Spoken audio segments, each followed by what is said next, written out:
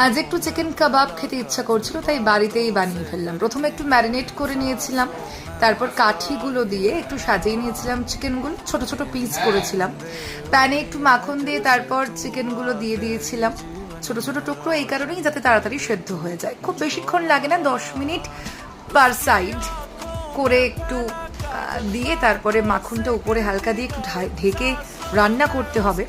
দেখতেই পাচ্ছেন একটা গোল্ডেন ব্রাউন কালার চলে এসেছে, সুন্দর লাগে খেতে অবশ্যই। তারপর রেডি আমাদের চিকেন কাবাব। বেশ সুন্দর হয়েছিল, সকলে তাই বলেছে। ট্রাই করে দেখতে পারেন। To subscribe.